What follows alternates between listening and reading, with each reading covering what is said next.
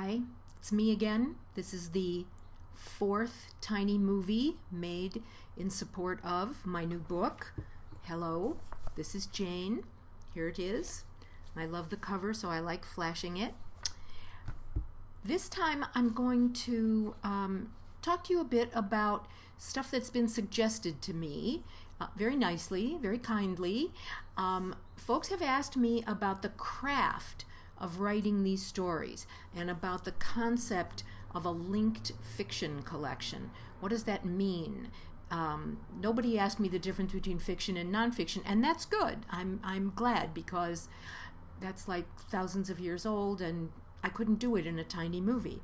So I'll hit on a couple of things that seem to me to be a decent answer to the questions folks have asked. And here they are. First of all, the notion of linkages. What links stories in a collection? All of us have read many story collections in which really the only linkage is that the same person wrote them all. And not that that's a bad thing, particularly if it's a really good writer, but this is a different kind of thing. And here the linkages were not deliberate. I wrote stories over a period of years and then decided to put them into a book, then changed the whole idea, then went on to do other stuff, then came back to them, and so on and so forth. And what happened when I came back this last time to what I had done was that I began to think about the characters as major links, so that you will find a story in which one character is the main character. She's really the big scene, maybe the narrator even in that story. And then there'll be another story in which she is one of a group and she says a few things. And maybe there'll be another story in which somebody talks about her, mentions her, says, oh yeah, she couldn't come today. She's not gonna be at this meeting. And I really liked that. The idea that really this stuff was literally linked by the fact that these characters repeated. Not every character, not every story, but enough to make me think, yes, there's a relationship here that is manifest because of what I'm doing quite deliberately. So that's one thing. Another, I'm looking down at my notes here, folks. I think that all writers, well, how can you make a generalization like that, Judith? I think that most writers make guidelines or rules for ourselves, like, I will do this, I won't do that. I'll never do that other thing. And one of the constraints or rules or guidelines that I made for myself with this book was that I wanted to be sure that every story that focused on abortion and abortion-related concerns had at least a mention, if not a serious chunk of text, about tattooing. And every story that focused on tattooing would have abortion also as at least a mention, or et cetera, et cetera.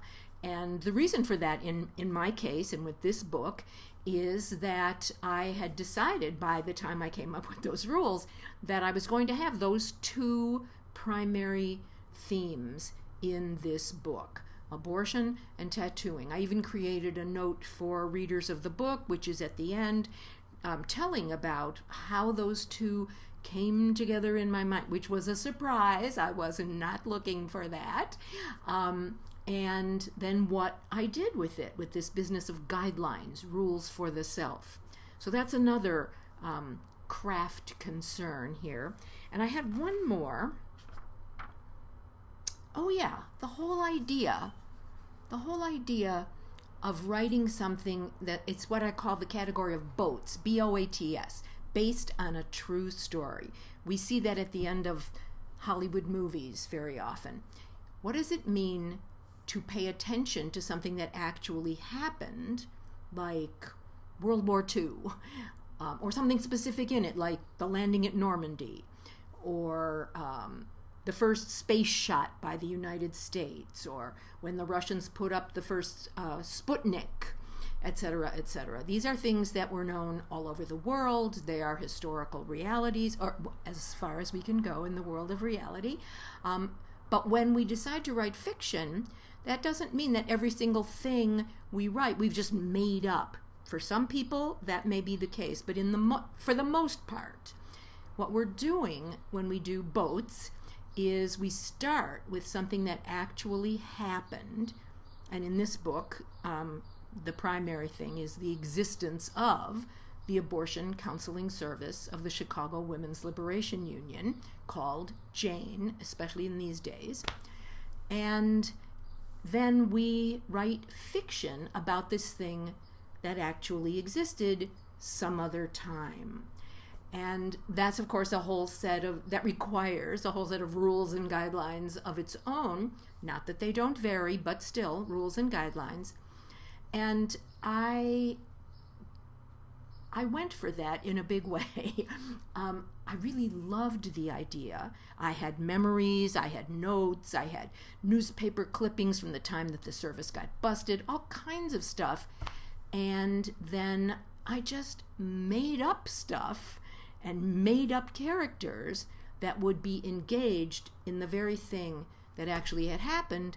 And of course, as I was there, I am a Jane, and so I was bringing something from my own life, not just real life, but this real life, into stories that I made up.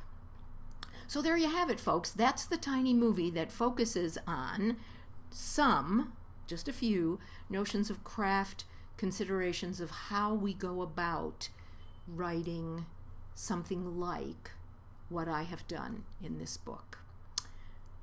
And that's it for this movie. Take care. Be well in this difficult time.